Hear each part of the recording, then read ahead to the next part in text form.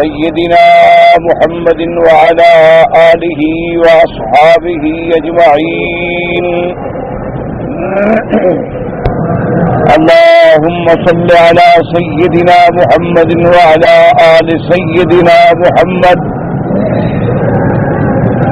كما صليت على إبراهيم وعلى آل إبراهيم في العالمين إنك حميد مجيد. قال الله تبارك وتعالى في القرآن المجيد والفرقان الحميد: أعوذ بالله من الشيطان الرجيم. بسم الله الرحمن الرحيم. وقالوا مهما تأتنا به من آية لتسحرنا بها فما نحن لك بمؤمنين.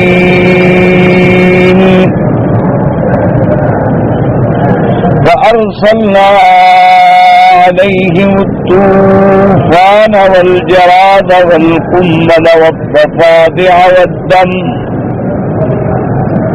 آيات مفصلات فاستكبروا وكانوا قوما مجرمين. ولما وقع عليهم الرجز قالوا يا موسى ادع لنا ربك بما عهد عندك لئن كشفت عنا الرجز لنؤمنن لك ولنرسلن معك بني إسرائيل. فلما كشفنا عنهم الرجز إلى أجل هم بالغوه إذا هم ينكثون. سورۃ الاعراف کی ان آیات مبارکہ میں اللہ تبارک و تعالی نے سیدنا موسیٰ علیہ السلام اور آپ کا فرعون اور فرعون کی جماعت سے مقابلہ مناظرہ بڑی تفصیل سے بیان فرمایا. جیسے کہ الحمدللہ ثم الحمدللہ آپ پڑھ چکے ہیں کہ سیدنا موسیٰ علیہ السلام کے واقعے مبارک کو اللہ نے قرآن کے متعدد صورتوں میں ذکر فرمایا. اس کی علماء نے کئی وجوہات بیان فرمائی ہیں، لیکن جو سب سے بڑی راجع وجہ ہے وہ یہ سمجھ لیں کہ اللہ کا قرآن کوئی تاریخی یا قصے کی کتاب، کہانی کی کتاب تو نہیں ہے. اللہ کا قرآن جو ہے کتاب ہدایت ہے، کتاب موعظت ہے کہ جس میں ہدایت ہے، واعظ ہے، زجر ہے، تنبیہ ہے،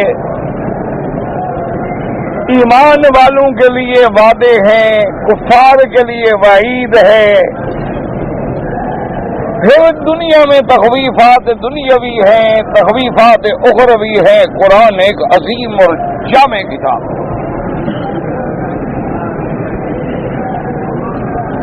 اور ساری دنیا کے انبیاء علیہ السلام جو گزرے ہیں ان پہ جو کتابیں اتری ہیں تمام کتابیں برحق اللہ کی کتابیں ہیں، لیکن جو شان اللہ نے قرآن مقدس کو عطا فرمایا وہ کسی کتاب کو نہیں ملا.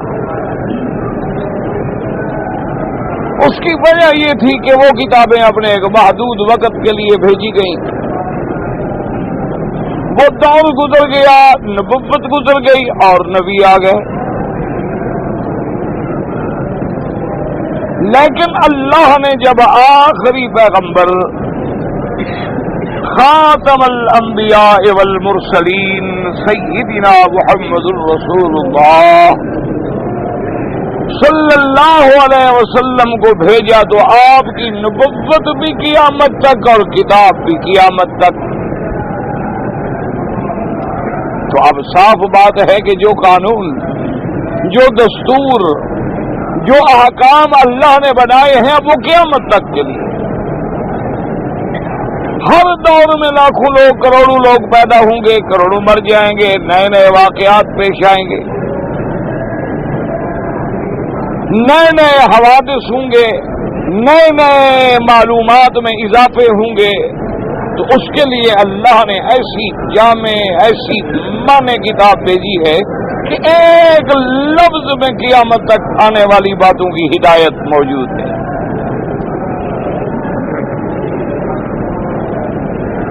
جیسے کہ یوں ایک چھوٹی سی مثال سمجھ لیں، قرآن کی آیت سے اللہ کرے سمجھ آ جائے.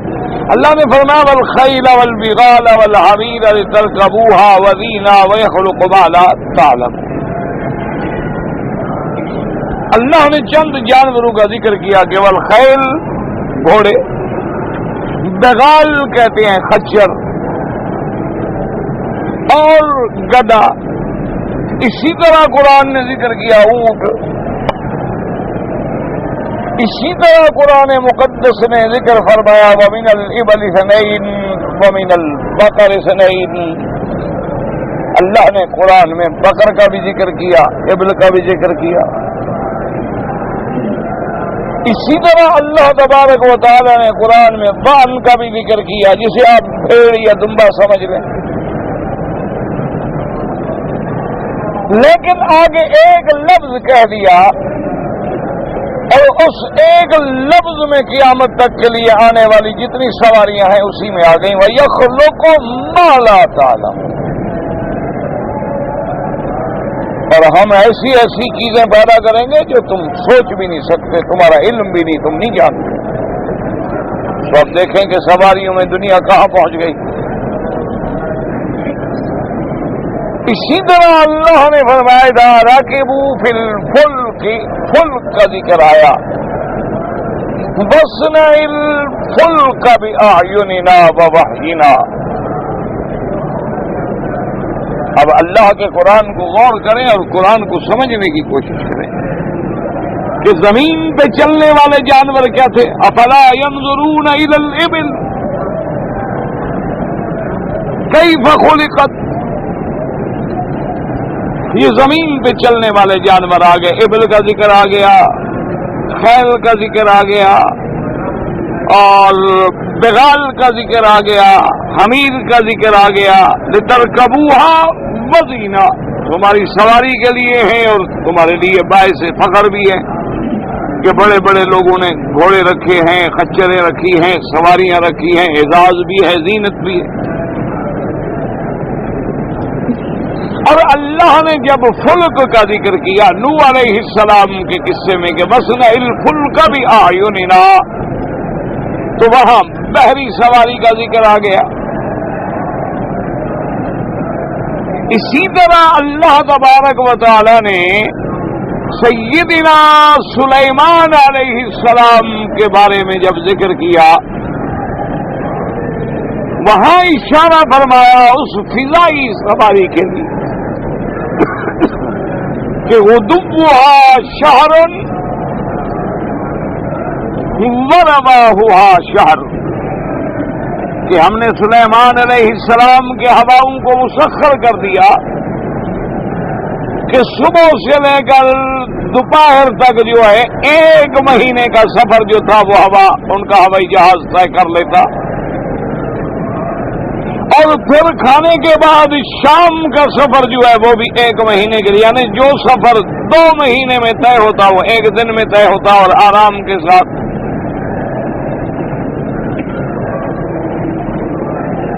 اب اسی میں ذرا آپ اللہ کے فرمان کے خلاصے کو سمجھیں کہ اللہ نے تینوں سواریوں کا ذکر کر دیا، فضائی کا بھی، بحری کا بھی اور بری کا بھی، تینوں کا قرآن نے ذکر کر دیا. اچھا، اب تینوں میں جو ترقی ہوگی فرما دیا وَيَخْلُقُ مَا لَا تَعْلَمُونَ، اور ان میں ہم ایسی ایسی چیزیں پیدا کریں گے جو تم نہیں جانتے ہو ابھی. اب بحری سواریوں میں جتنے اعلیٰ سے اعلیٰ جہاز بنتے چلے جائیں، لیکن بنیاد تو قرآن میں موجود ہے نا. فضائی سواریوں میں بڑے سے بڑے جہاز جیٹ بن جائیں، جمبو بن جائیں، کنکارڈ بن جائیں، ایئر بسز بن جائیں، جو بن جائیں، لیکن ایک فضائی سواری تو پیغمبر کی موجود ہے۔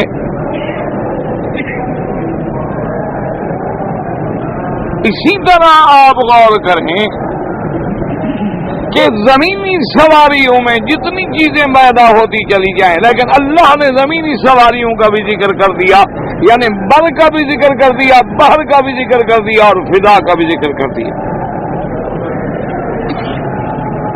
اور آگے ایک جملے میں سارے قیامت تک آنے والی جو ترقی ہے اس کا بھی ذکر کر دیا۔ تو اب دیکھیں کہ قرآن کتنا جامع ہے، کتنا معنی ہے، کتنا قابل ہے کہ ہر چیز کا ذکر موجود ہے۔ اسی طرح اللہ تبارک و تعالیٰ کے قرآن نے معقولات پر بھی، مشروبات پر بھی، انسان کے غذاؤں پر بھی، جو حلال حرام سب کا اصول بیان کر دیا کہ یہ حلال ہے، یہ حرام ہے۔ اب اللہ تبارک و تعالیٰ نے ایک لفظ سمجھنے کی، انما حرم علیکم الخمر، حرم علیکم الخمر، شراب حرام۔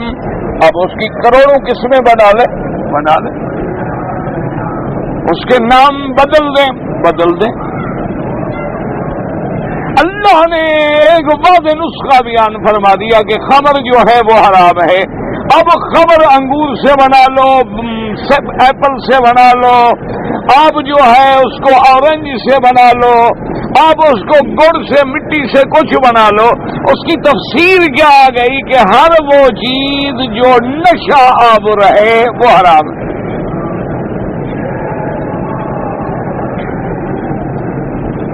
ایک قاعدہ ہو گیا کل مسکر حرام، کہ ہر نشہ آور چیز حرام۔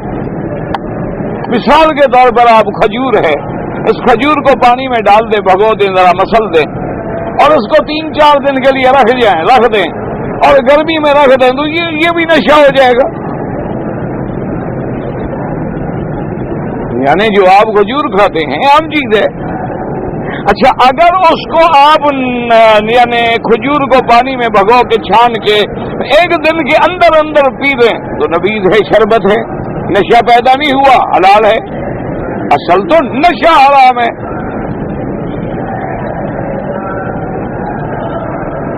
اسی طرح زبیب ہے، آپ کا دراک ہے، اور دنیا کی کئی چیزیں۔ تو ایک قاعدہ ہمیں مل گیا کہ کل مسکر حرام، ان کے ہر نشہ آور چیز حرام ہے۔ اچھا، آگے ایک بات یہ ہو سکتی تھی دماغوں میں کہ چلو جی ہم اتنا پیئیں گے جتنے میں نشہ نہ ہو۔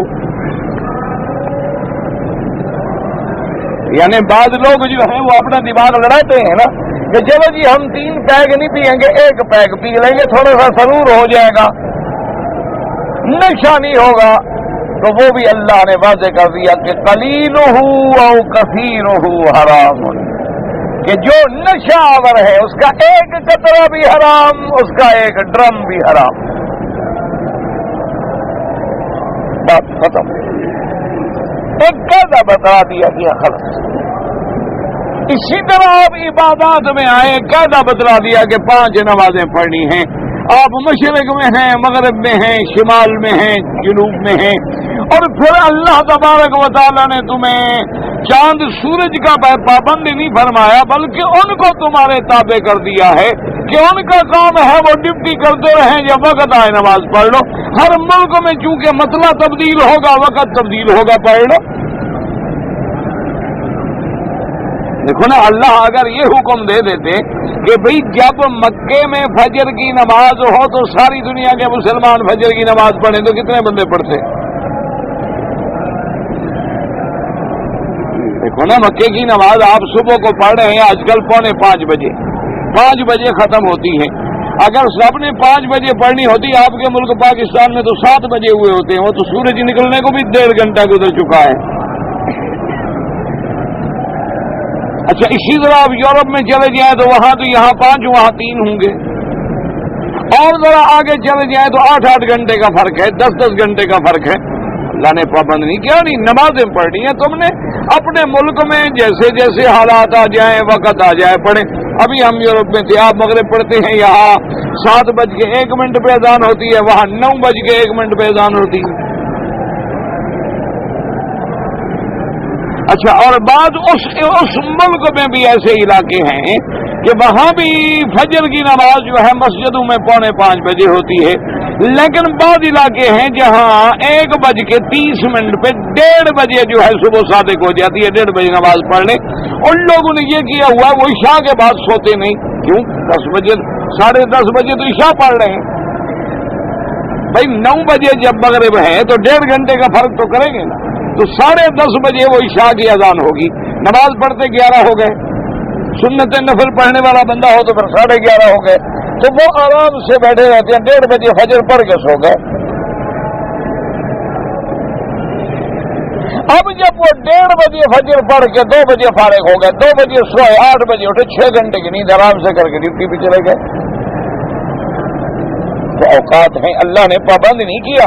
اگر ہم ایک وقت کے پابند ہو جاتے کہ بھئی جو مکے مدینے میں ہو سارے بس اسی وقت میں نماز پڑھو، تو پھر تو دنیا نماز ہی نہیں پڑھ سکتی. اچھا، اسی طرح حضور صلی اللہ علیہ وسلم کے زمانے میں ایک صحابی نے بڑا عظیم مسئلہ پوچھا اور اس میں امت کے لیے سارے حل نکل آئے. اس نے کہا حضور جب قیامت آئے گی تو وقت تبدیل ہوں گے، اور یہ بھی آتا ہے کہ قیامت کے دن تو کا 1000 سنۃ مما تعدون، تمہارا ایک دن جو ہے 1000 سال کے برابر ہوگا، اور کہیں آتا ہے 50,000 سال کے برابر ہوگا. اور جناب یہ ہے کہ کبھی کبھی سرکار دو جہاں ایسا وقت آئے گا جب دجال کا دور ہوگا تو وہاں بھی دنوں کا تفاوت ہو جائے گا. تو ہم نماز کا کیا کریں گے؟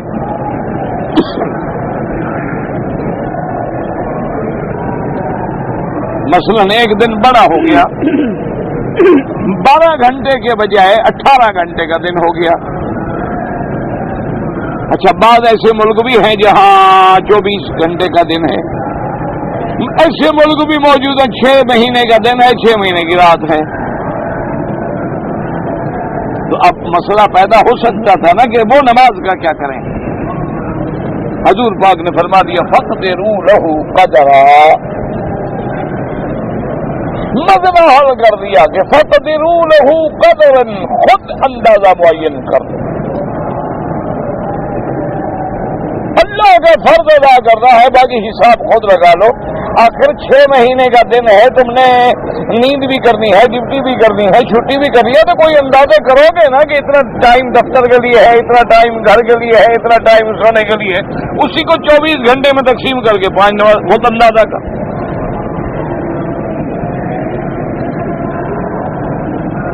اچھا، بعض اوقات ایسا بھی ہے کہ اندازہ ہی نہیں ہو سکتا کہ ادھر غروب شمس ہوا، آپ نے نماز مغرب پڑھی، ابھی آپ سلام نہیں پھیرتے کہ سورج نکل آیا. بھئی وہاں کیا کریں؟ بھئی عشاء کا وقت آیا نہیں تو ہم کیا کریں؟ وقت ہوگا تو نماز پڑھیں گے نا، جب وقت ہی نہیں آیا. ابھی فجر کا وقت نہیں آیا تو ہم نماز نہیں پڑھ سکتے نا. اگر فجر نہ ہو ساری رات کھڑی رہے ہم کیا کریں؟ ہاں، یا تو 6 مہینے کی رات ہے اور 6 مہینے کا دن ہے، پھر تو ہم حساب کریں گے. لیکن یہاں تو سورج موجود ہے، ادھر ڈوبتا ہے ادھر نکل آتا ہے. تو اس لیے ہمیشہ یاد رکھیں کہ قرآن چونکہ ایک جامع کتاب ہے، عظیم کتاب ہے، اور قرآن پاک کے احکام اور قیامت تک کے لیے ہے. اس لیے اب اس میں تو آئیں گے بنیادی اشارے. سمجھانے والے کون ہوں گے؟ محمد الرسول اللہ صلی اللہ علیہ وسلم.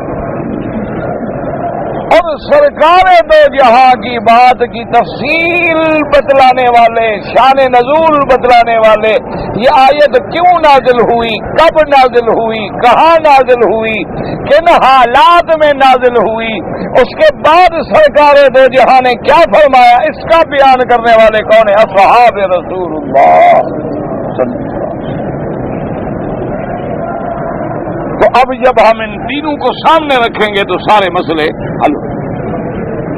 اب آپ سمجھ لیں تو قرآن کی سمجھنا آسان ہو جائے گا کہ یہ کیا بات ہے کہ کچھ قصہ تو ہے سورۃ البقرہ میں اور کچھ سورۃ الاعراف میں اور کچھ سورۃ الانبیاء میں اور کچھ سورۃ القصص میں، یہ کیا بات ہے؟ وجہ یہ تھی کہ جیسے جیسے حالات آئے اتنا ٹکڑا اللہ نے قرآن کا نازل کر دیا۔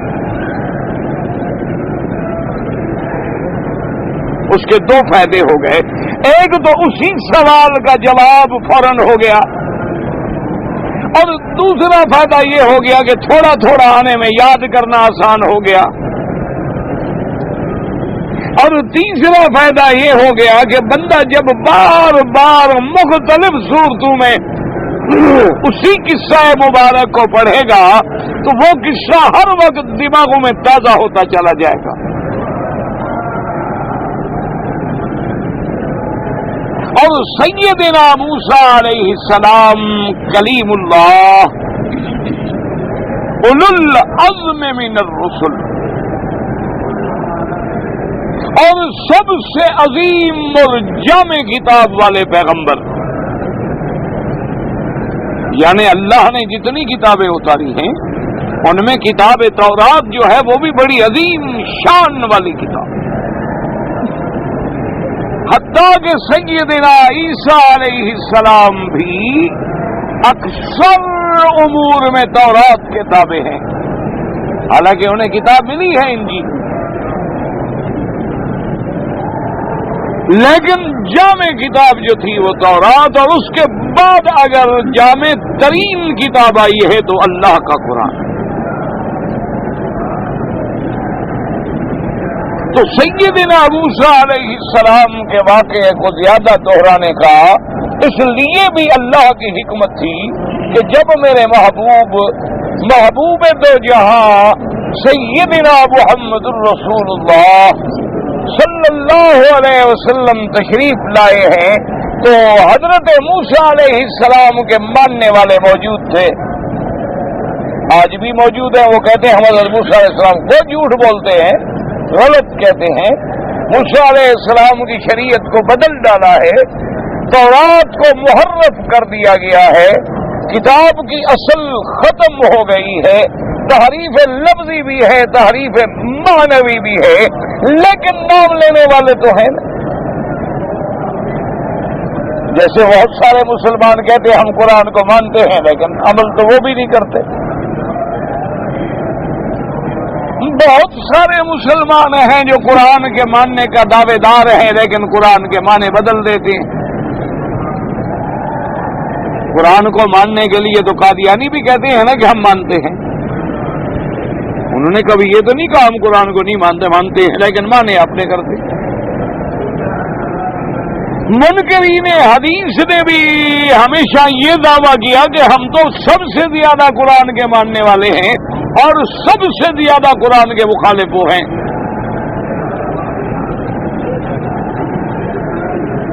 اسی طرح روافض ہیں، خوارج ہیں، نواصب ہیں، معتزلہ ہیں، بڑے بڑے فرقے والا ہیں جنہوں نے اللہ کے قرآن میں تحریف کی ہے، معنی بدل ڈالے، قرآن کے لفظ مبارک جو تھے ان کو کاٹ کے آگے پیچھے جوڑ لگایا،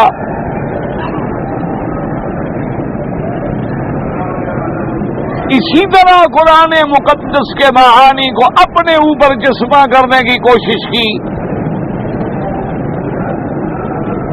لیکن اپنے آپ کو مسلمان بھی کہتے ہیں، اسی لیے یہود بھی کہتے ہیں جی ہم تو بالکل موسیٰ علیہ السلام کے ماننے والے ہیں، حالانکہ سب سے بڑا جھوٹ ہے۔ موسیٰ علیہ السلام کے ماننے والے ہوتے وہ تو سب سے پہلے کلمہ پڑھتے محمد الرسول اللہ کا۔ سیدنا موسیٰ علیہ السلام کو اگر مانتے تو سیدنا موسیٰ علیہ السلام کا لقاء مدنی کے ساتھ قرآن میں ثابت ہے، پھر موسیٰ علیہ السلام اور عیسیٰ علیہ السلام نے آنے والے پیغمبر کی بشارتیں دی ہیں، اور اللہ نے ہر نبی سے ایمان محمد مدنی کا عہد لیا ہے، یعنی ہمارے نبی تو صرف نبی ہمارے نہیں بلکہ انبیاء کے بھی نبی ہیں، وہ تو سب کے لیے نبی ہے۔ اللہ نے باقاعدہ انبیاء سے عہد لی، اور نوح علیہ السلام سے لے کر عیسیٰ علیہ السلام تک لَتُؤْمِنُنَّ بِهِ وَلَتَنْصُرُنَّهُ. اور پھر اتنا بڑا عہد و میثاق لیا کہ پھر یہ بات حکم تھا، لیکن کہا کرو تم اقرار کرتے ہیں اس عہد کا؟ کرتے. پھر بھی بات کافی ہے، جو عہد تو نبیوں سے لیا جا رہا ہے نا، انبیاء کا تو کہہ دینا ہی کافی ہوتا ہے نا. انبیاء کی بات میں کوئی نعوذ باللہ جھوٹ تو ہو نہیں سکتا. لیکن پھر بھی اللہ نے اس کو اور پکا کیا، فرمایا اچھا گواہ ہو جاؤ، اور اچھا اتنا کافی ہے کہ نبی گواہ ہو جائیں. یعنی آپ دیکھیں شان محمد عربی صلی اللہ علیہ وسلم کا کہ حضرت نوح علیہ السلام سے لے کر حضرت عیسیٰ علیہ السلام عالم اربع میں، ابھی اربع ہیں، ابھی دنیا میں بھی تشریف نہیں لے آئے. فرمایا کہ لَتُؤْمِنُنَّ بِهِ وَلَتَنْصُرُنَّهُ. تم سب ایمان لانا اور اس کی مدد کرنا. اللہ تو جانتے تھے کہ میرا مدنی جب آئے گا دنیا میں نہ موسیٰ علیہ السلام ہوں گے نہ عیسیٰ علیہ السلام ہوں گے، لیکن عظمت محمد مدنی کا اظہار اور آپ کی امت کو قیامت تک کے لیے سمجھانے کے لیے کہ جب آنے کے بعد کا کیا عالم ہوگا. ابھی تو حضور نہیں آئے، اور جن کے زمانے میں آپ کا وجود نہیں ہے، جب میں ان سے بھی وعدے لے رہا ہوں تو جو حضور کے بعد انکار کرے گا اس کا کیا حال ہوگا. اور پھر اس کے بعد فرماتے ہیں اقررتم، تم سب اقرار کرتے ہو. قالوا اقررنا، پروردگار ہمارا اقرار. پھر اتنی بے بس نہیں فرمایا فاشهدوا انا معكم من الشاهدين. فرمایا تم گواہ ہو جاؤ اور تم سب پہ گواہی دینے والا سب سے بڑا گواہ تو میں ہوں. یہ ساری اسی لیے حضور نے فرمایا کہ لو کان موسیٰ حیا لما وسعہ الا اتباعی، کہ اگر آج موسیٰ علیہ السلام دنیا میں دنیاوی زندگی کے ساتھ دوبارہ زندہ کر کے بھیج دیے جائیں تو وہ بھی میری اتباع کریں گے جیسے عیسیٰ میری اتباع کریں گے. کہ حضور کی نبوت کے بعد اب کسی کی نبوت نہیں. اب حضور کے زمانے میں چونکہ سرکار دو عالم جب تشریف لائے ہیں تو یہود موجود تھے اور ان کے بڑے بڑے قبائل تھے، بنی قریظہ، بنو نذیر، بنی قینقاع، سب کے سب مدینہ منورہ میں آ گئے. یہ شام سے آئے تھے اور اس لیے مدینہ منورہ میں آئے تھے کہ جب وہ اللہ کے نبی پیدا ہوں گے آخری تو ہم پہلے ایمان لائیں گے. سب اسی انتظار میں بیٹھے تھے. اور اگر کبھی کافروں سے مقابلہ ہوتا تو وہ یہود یہ بات کہتے تھے کہ صبر کرو، فکر نہ کرو، ایک نبی پیدا ہونے والے ہیں. اور جب وہ نبی پیدا ہوں گے ہم ایمان لا کے اس کے سپاہی بن کے پھر تم سے بدلہ لیں گے. اس لیے قرآن کہتا ہے یستفتحون علی الذین کفروا. اللہ فرماتا ہے وہ تو فتح طلب کرتے تھے محمد مدنی کی وجہ سے، لیکن جب میں نے اپنے نبی کو بھیج دیا تو اب جناب منکر بن کے کھڑے ہو گئے کہ وجہ کیا ہے کہ اللہ نے بنو اسرائیل میں نہیں بھیجا، بنو اسماعیل میں کیوں بھیج دیا.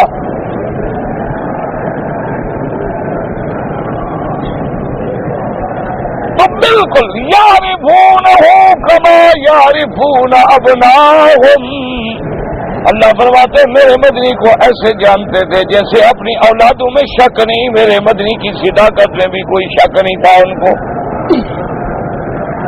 لیکن جب ہم نے بھیج دیا تو حسد میں آ گئے، بغی میں آ گئے، سرکشی میں آ گئے کہ نبوت جو ہے بنو اسرائیل سے کٹ گئی. اس لیے اللہ نے موسیٰ علیہ السلام کا واقعہ بار بار بیان کیا. کیوں؟ دیکھیں نا جی ایک اصولی بات ہے کہ سرکار دو جہاں صلی اللہ علیہ وسلم جب پیدا ہوئے تو کہاں پیدا ہوئے؟ مکہ میں. آپ کا مولد مبارک جو ہے کیا مکہ ہے. اور پھر مکہ مکرمہ میں اس دور میں کوئی یونیورسٹی، کوئی ادارہ، کوئی مدرسہ، کوئی بڑے معلومات کے لائبریریاں، کوئی مکتبے، کچھ بھی نہیں. ہاں بڑے بڑے ادیب تھے، شعراء تھے، بڑے بڑے فصیح قسم کے لوگ تھے، اعلیٰ عربی بولنے والے، نثر میں، لکھنے میں، پڑھنے میں، شعر و شاعری میں، لیکن اور کوئی ذریعہ نہیں تھا اس علم کا اور معلومات کا. اور اللہ تو اپنے نبیوں کو کسی انسان سے پڑھنے کا مکلف ہی نہیں بناتا، کیونکہ اگر نبی بھی کسی بندے سے پڑھے تو استاد کا مرتبہ تو پھر شاگرد سے زیادہ ہو گیا.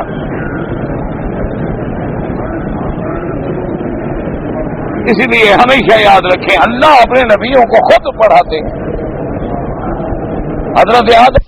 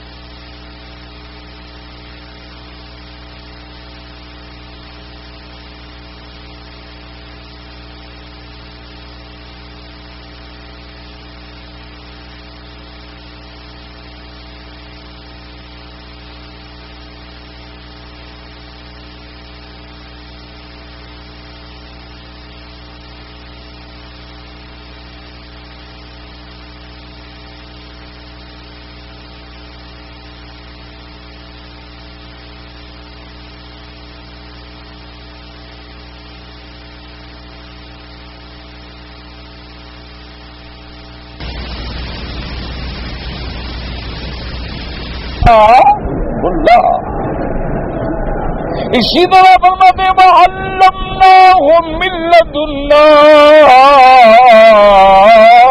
عِلْمًا، اور پھر خدا کی شان ہے کہ علم کی شان ہوتی ہے، اس لیے اللہ پاک نبیوں کے لیے وحی کے ذریعے علم دیتے ہیں، کسی دوسرے بندے کا محتاج نہیں کرتے، اگر کریں تو گزارا بھی نہیں چل سکتا۔ دیکھیں موسیٰ علیہ السلام اور خضر کا کتنی دیر گزارا ہوا،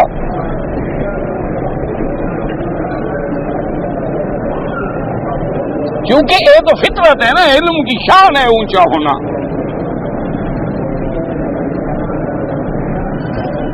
تو اس لیے اللہ تبارک و تعالی نے اپنے پیغمبر کو جب موسیٰ علیہ السلام کا واقعہ بتلایا،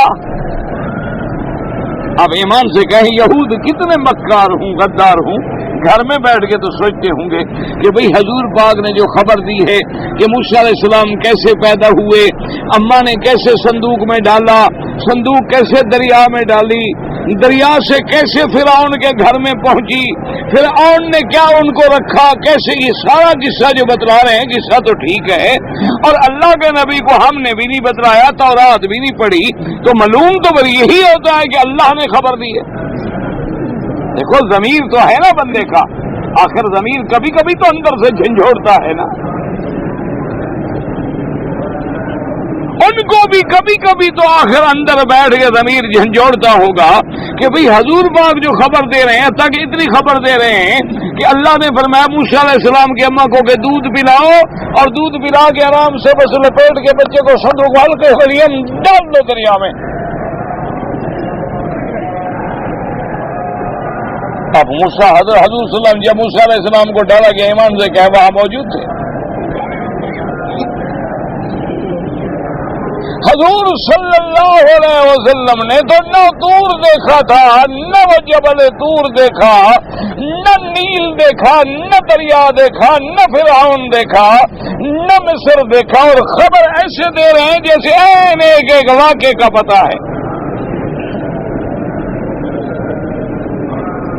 یعنی اتنا خبر ہے کہ جیسے بالکل منظر سامنے ہو کہ اب موسیٰ علیہ السلام کی بہن کو حکم دیتے ہیں، اماں حکم دیتی ہے کہ بیٹی جاؤ تو صحیح پتہ تو کرو،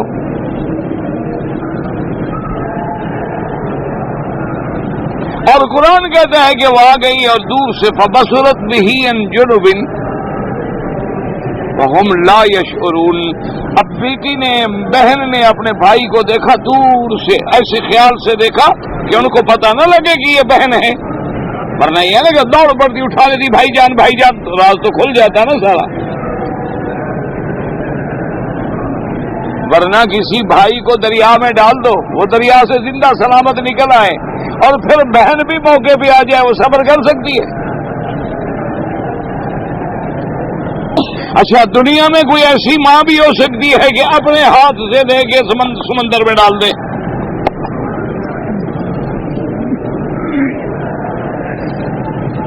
چپ کر کے کھڑی۔ اچھا اب یہ بھی بتلا دیا کہ جی موسیٰ علیہ السلام دودھ نہیں پیتے، رو رہے ہیں، یعنی اتنی تفصیل۔ اچھا آپ نے کبھی غور کیا کہ حضور پاک کی اپنی ولادت مبارک کا ذکر قرآن میں ہے؟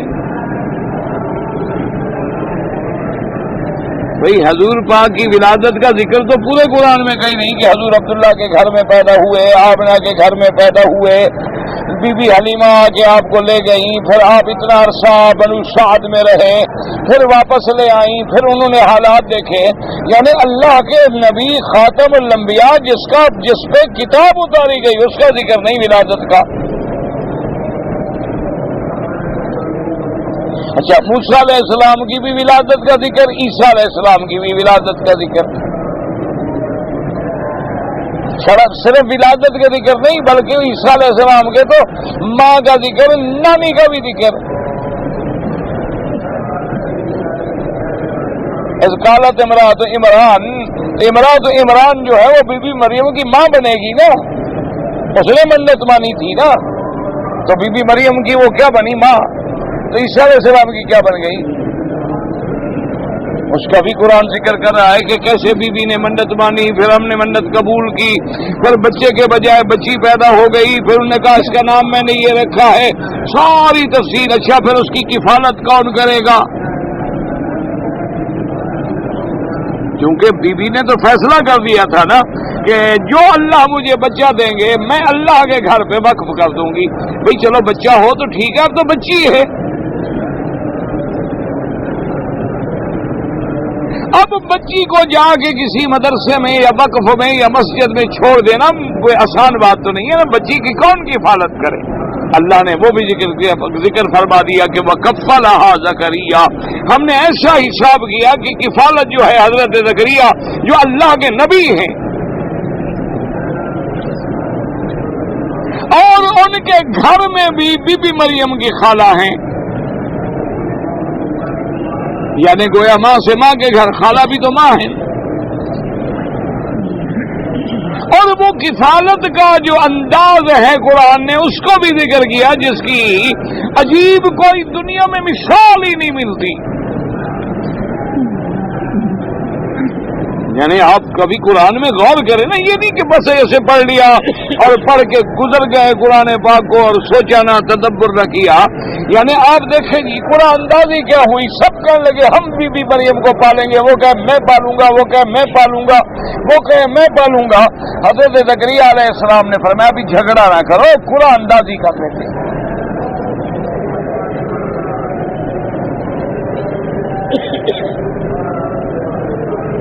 اچھا ابھی قرآن اندازی کیا کریں؟ ورنہ یہ تھا نا کہ سب نام لکھ دیتے، اچھا ابھی کاغذ پہ اچھا اٹھاؤ جی کوئی کاغذ، اور میں نہ یہ قرآن بھی نرالا ہوگا، کیا ہوگا جی؟ انہوں نے کہا جی قلم لے آؤ. قلم ہوتی نہیں پہلے تو لکڑی کی کانے کی، قلمیں لے آؤ، اس پہ سب کے نام لکھو.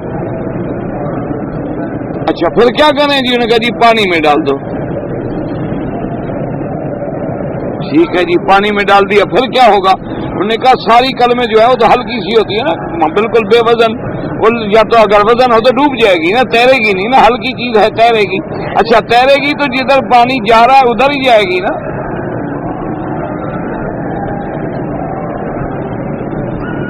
حضرت زکریا علیہ السلام نے فرمایا کہ قلموں پہ نام لے کے دریا میں ڈال دو، جو قلم جو ہے نیچے جانے کے بجائے پانی کے بہاؤ کی طرف اوپر جائے وہ بی بی مریم کی کفالت کرے. ایسا نظارہ آپ نے کبھی دیکھا ہے کہ پانی ادھر بہے قلم ادھر بہے؟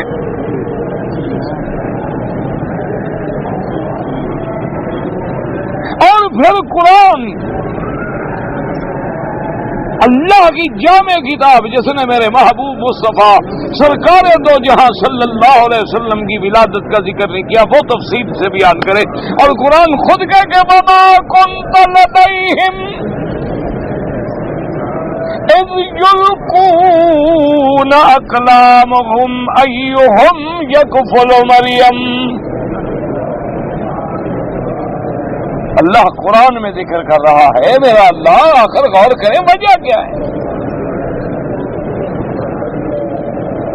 ہائے کاش کہ ہم نے قرآن کو صرف تویز لکھنے کے لیے رکھا ہے.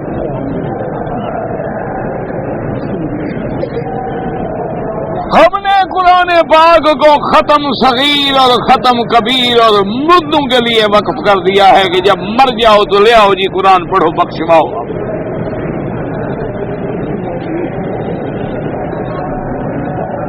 ہم نے اللہ کے قرآن کو زیادہ سے زیادہ قسم اٹھانے کے لیے رکھ دیا ہے.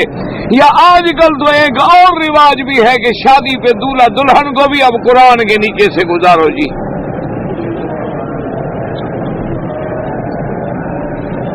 ساری زندگی قرآن کا مذاق اڑاتے رہے، آج قرآن کے سائے کے نیچے سے جا رہی ہے.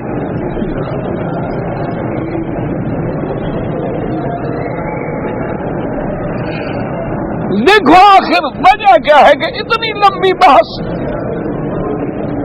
کہ بی بی نے منت مانی تو قرآن کہتا ہے انی نذرت لک ما فی بطنی محررا، کہ میرا اللہ جو میرے پیٹ میں بچہ ہے تیرے نام پہ آزاد کر کے تیرے گھر کی خدمت کے لیے چھوڑ دوں گی. قرآن ذکر کر رہا ہے، کیا ضرورت تھی اس منت کے ذکر کرنے کی؟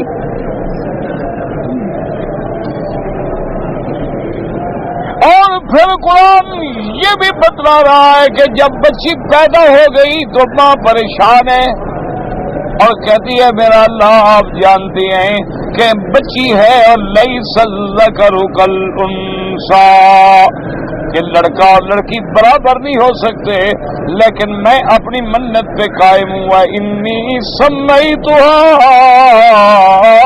مریم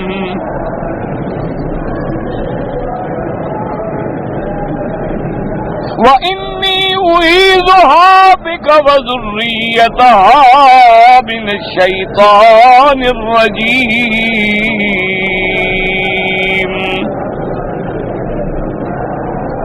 اور پھر قرآن کہتا ہے فَتَقَبَّلَهَا رَبُّهَا بِقُبُولٍ حَسَنٍ وَأَنبَتَهَا نَبَاتًا حَسَنًا۔ اللہ فرماتا ہے کہ مالک نے کیسے وہ بچی قبول فرمائی اور پھر بچی کیسے پروان چڑھی ہے، کیسے اللہ نے اس کی عزت کی، عصمت کی، جان کی، جسم کی حفاظت کی اور کیسے جوانی بخشی اس کو۔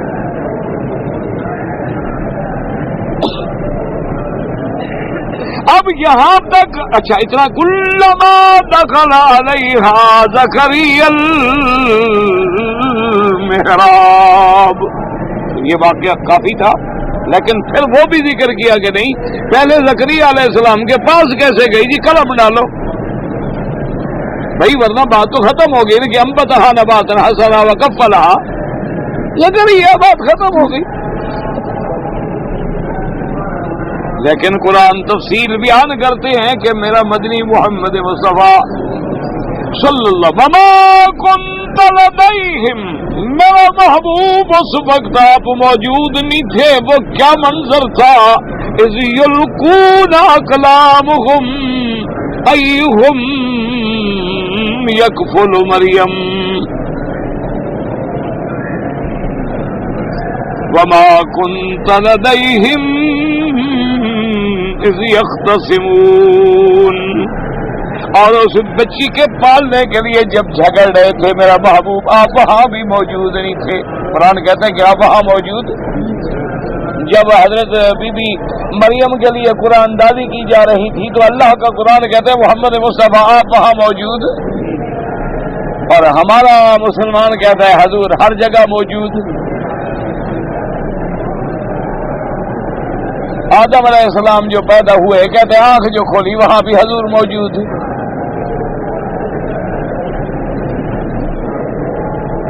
اور اپنے ملک میں جب چاہو 4 دیگیں پکا کے حلوے کی کھڑے ہو جاؤ میلاد کے لیے حضور موجود۔ اسی لیے تو عقیدہ ہے حاضر ناظر، موجود بھی اور دیکھنے جاننے والے بھی، ہر جگہ حاضر بھی ہیں اور ناظر بھی، یعنی موجود بھی ہیں اور دیکھنے والے بھی ہیں۔ یہ نہیں کہ صرف موجود ہو، خیال ہو، تصور ہو، روحانی طور پہ تشریف لے آئے ہو، نہ نہ نہ، موجود بھی اور دیکھنے والے بھی۔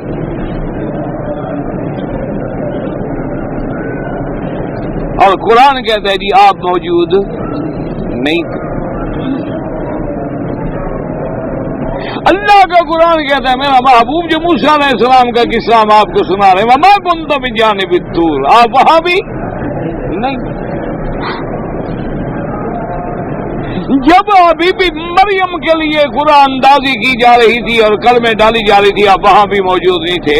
اب اندازہ کریں کہ اتنی تفصیل میں آخر قرآن کیوں گیا۔ اچھا پھر دیکھیں بچی ہے ٹھیک ہے جی، حضرت زکریا علیہ السلام نے اپنی کفالت میں لے لیا، ابھی جب کفالت میں لے لیا اللہ کا نبی کسی کو بیٹی بنائے گا، پالے گا، گھر میں لے جائے گا، کوئی کمی کرے گا؟ نبی ہے، جب نبی نے کسی کو اپنی بیٹی بنا لیا اور وہ شان بھی دیکھ رہا ہے اس بیٹی کی کہ کیسے پیدا ہوئی، کیسے شان سے پیدا ہوئی اور کتنی اللہ کی مخلوق اس کی کفالت کے لیے لڑ رہی ہے، وہ شان بھی دیکھ رہے ہیں زکریا علیہ السلام، تو ایسی بیٹی کی کفالت میں کمی کریں گے؟ فرمایا نہ کلما دخل علیہا زکریا المحراب.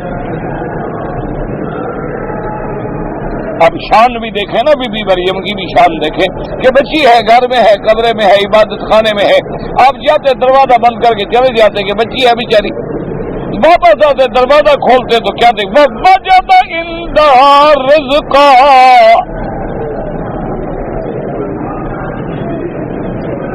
رزق یہاں قرآن کہہ دیا رزق. اور دوسری جگہ قرآن کو پڑھو، خلیل علیہ السلام نے کیا دعا کی تھی اللہ سے کہ میرا اللہ میں اپنے بچوں کو چھوڑ کے جا رہا ہوں ایک ایسی جگہ پہ جہاں پانی بھی کوئی نہیں، بندہ بھی کوئی نہیں، آبادی بھی کوئی نہیں، ملنے بولنے والا بھی کوئی نہیں. وَارْزُقْهُم مِّنَ الثَّمَرَاتِ، میرا اللہ ان کو پھلوں سے رزق عطا فرما. اللہ یہاں فرماتی ہیں ہم نے رزق عطا فرمایا. اب تفسیر تو مفسرین نے بیان کی کہ حضرت زکریا نے جب دیکھا کہ پھل پڑے ہیں اور پھل بھی ایسے ہیں کہ جن کی موسم بھی کوئی نہیں. ایک تو دو باتیں ہو گئی نا کہ دروازہ کس نے کھولا، بھائی دروازہ لاکھ ہے، اندر پھل کس نے پہنچائے. ایک تو یہ پریشانی والی بات ہے. اچھا دوسرا یہ ہے کہ پھل بھی آ گئے اور پھل ایسے ہیں کہ جن کا موسم نہیں، آم کا موسم نہیں آم موجود، انگور کا موسم نہیں انگور موجود.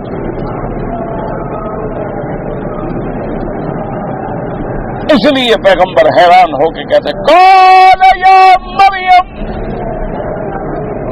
انا لک ھذا. بی بی یہ کہاں سے ہے، یہ کیا ہے؟ قالت هو من عند اللہ.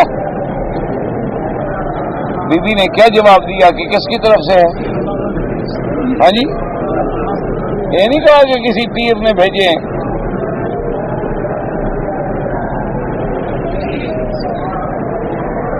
یہ نہیں کہا بی بی تھا اس وقت پیر نہیں ہوں گے شہر، یہ تمہارے ہمارے مقدر میں لکھے ہوئے تھے. بھئی نبی تو تھے نا، زکریا علیہ السلام کے نبی ہیں.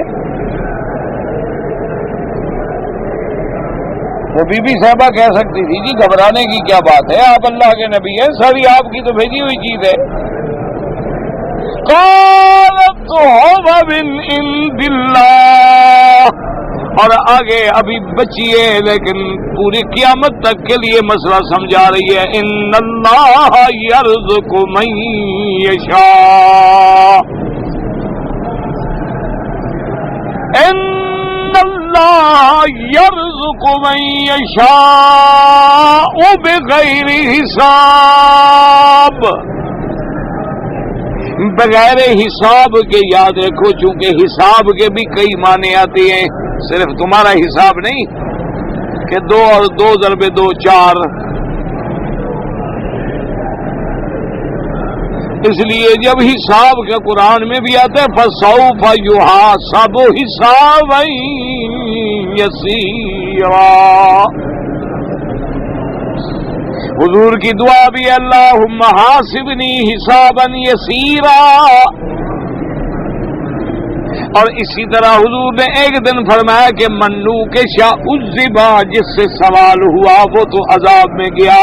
بی بی عائشہ حیران ہو گئی. ان نے پوچھا کہ حضور پھر یہ حسابا یسیرا کا کیا مطلب ہے؟ حساب تو ہو گیا، پوچھا گیا حساب تو ہو گیا. حضور نے فرمایا عائشہ سمجھی نہیں. حسابا یسیرا ذالک الارض. اس حساب کا مقصد یہ ہے کہ بندہ اللہ کی دربار میں پیش ہوگا اور اس کو نامہ عمل ساتھ رکھیں گے اور وہ پڑھتا چلائے گا یہ نیکی ہے، نیکی ہے، نیکی ہے، نیکی ہے. ادھر دیکھے گا گناہ ہے، گناہ ہے، اور نیچے میں لکھا ہوگا جاؤ میرے بندے میں نے معاف کر دیا. بس حساب ہو گیا. حساب تو ہو گیا، میں دونوں چیزیں پڑھا دی ہیں. یہ تم نے اچھے کام کیے تھے، یہ برے، چلو ہم نے معاف کیا خلاص. آپ نے فرمایا یہ تو عرض ہے، بس پیشی ہوگی اور معافی مل گئی. منو کشا، ایک حدیث سے مبارک میں ہے نو کشا حلق، کہ جس سے اللہ نے یہ پوچھا کہ یہ کام تم نے کیوں کیا تو پھر سمجھ لو کہ جہنم آ گئی. ایک تو ہے پوچھا کچھ نہیں بس بیٹھے اچھا یہ دیکھی نہیں یہ برا یہ جاؤ معاف کیا. ایک ہے تم نے ایسا کیوں کیا, بس کیوں کیا تو کیا جواب دے سکتے ہیں. پھر تو حساب آ گیا, پھر تو عذاب آ گیا.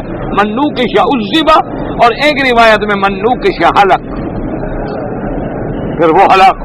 تو وہ بھی تو لفظ حساب ہے نا, لیکن مراد صرف پیش ہونا ہے. اس لیے اسی طرح اللہ فرماتے انما یوفی الصابرون اجرهم بغیر حساب. ہم پورا بدلہ دیں گے صبر کرنے والوں کے جس کا حساب کوئی نہیں ہوگا. کیا مانا, حد کوئی نہیں, شماری کوئی نہیں. یہ نہیں کہ ایک کے 10 ملے, ایک کا 1,00,000 ملے, 2 لاکھ 10,000 مت ڈالو. ایک آدمی کہتا ہے نا بھی اس کو 5 کلو چاول دے دو, ایک کہتا ہے چھوڑو یار جتنا لے لو بھائی لے لو, جتنا مرضی لے لو, کوئی حساب نہیں. یہ بھی حساب. اور ایک معنی بغیر حساب کا معنی یہ ہوتا ہے کہ ہم مستحق بھی نہ ہوں اور پھر بھی اللہ ہمیں دیتا جائے. اور ایک بغیر حساب کا مطلب یہ ہوتا ہے کہ موسم بھی نہ ہو وہ چاہے دے دے, اسباب بھی نہ ہوں بغیر اسباب کے دے دے, یہ بھی بغیر حساب. اس لیے کہا ان اللہ یرزق من یشاء. اس لیے آپ آج دنیا میں دیکھ لیں کئی جاہل ہیں, ملیونیر ہیں, ملٹی ملیونیر ہیں, اور کتنے بڑے بڑے عالم ہیں ایک وقت کی روٹی کے بھی محتاج, مدرسوں میں حدیثیں پڑھا رہے ہیں, بیچارے تنخواہ پہ بیٹھے ہیں. کیا ہے مہینے میں تنخواہ ملے گی تو روٹی چلے گی. اس کے مقابلے پہ جاہل ہے کروڑوں میں کھیلتا ہے, اس کو پتہ بھی نہیں کہ دستخط کیسے کرتے ہیں. بینک میں اکاؤنٹ کھولنا ہے, دستخط کرنے نہیں آتے, 6 مہینے دستخط بناتا ہے بیچارہ.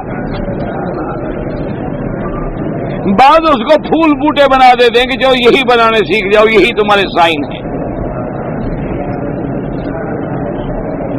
اور اس کے مقابلے پہ بخاری پڑھانے والا, مسلم پڑھانے والا, قرآن پڑھانے والا بیٹھا ہوا ہے, بھی تنخواہ ملے گی, کوئی بھیجے گا کھا لیں گے, نہیں آئے گا تو آمنا باللہ, بس ٹھیک ہے اللہ کا شکر.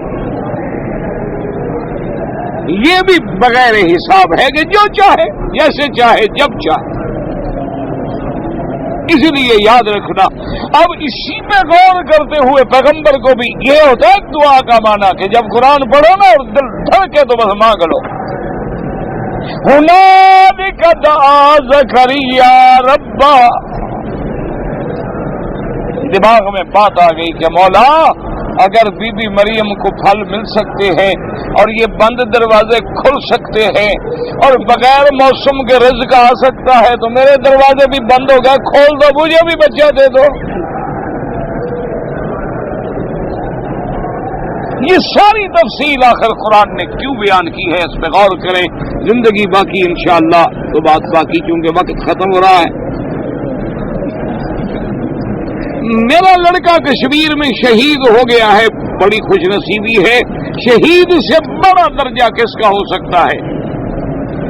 حدیث مبارک میں آتا ہے کہ حضور پاک نے فرمایا میں تمنا کرتا ہوں کہ اللہ کے راستے میں شہید ہو جاؤں, اللہ پھر زندہ کریں پھر شہید ہو جاؤں, پھر زندہ کریں پھر شہید ہو جاؤں. تو تم تو قابل فخر انسان ہو کہ شہید کے باپ کہلاؤ گے. اور مرنا تو سب نے ہے, اگر کوئی چوری کرتے ہوئے مر گیا, کوئی شراب پیتے ہوئے مر گیا, کوئی کسی عورت سے زنا کرتے ہوئے مر گیا, مرنا تو ہے. دعا کرو اللہ عزت کی شہادت کی موت دے. باقی آپ اس کے لیے بالکل جو چاہیں حج کرائیں, عمرہ سب کر سکتے ہیں, کوئی منع نہیں.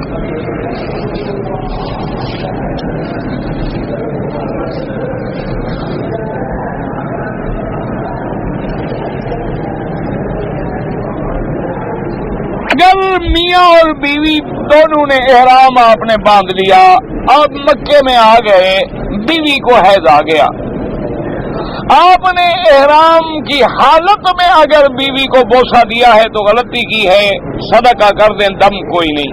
کرنا نہیں چاہیے اس وقت ایسے خیالات۔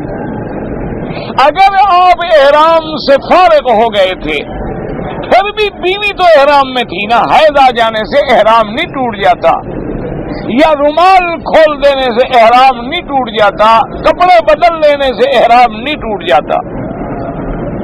اب اگر آپ کے پاس وقت ہے تو انتظار کر لیں، جب بیوی پاک ہو جائے وہ احرام میں ہے، احرام میں اپنے آپ کو سمجھے، خوشبو نہ لگائے، بال نہ کاٹے، غسل کرے سادے پانی سے اور عمرہ پورا کر لے۔ اور اگر آپ کو جانا ہے اور عمرہ نہیں کر سکتی ہے پھر آپ کو دم دینا ہوگا کہ عمرہ آپ نے نیت کی اور پورا نہیں کیا، لیکن پھر عمرہ بھی قضا کرنا پڑے گا، وہ چاہے جب اللہ موقع دے۔ اب آپ کے بس میں تو ہے نہیں، تاریخ مقرر ہے، گزر گئی، جانا ہے۔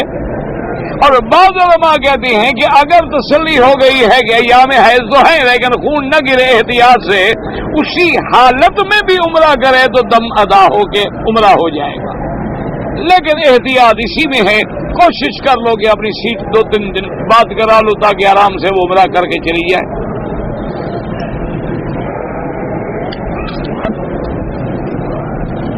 میت میں جو قرآن پھیرتے ہیں خالص بدعت ہے۔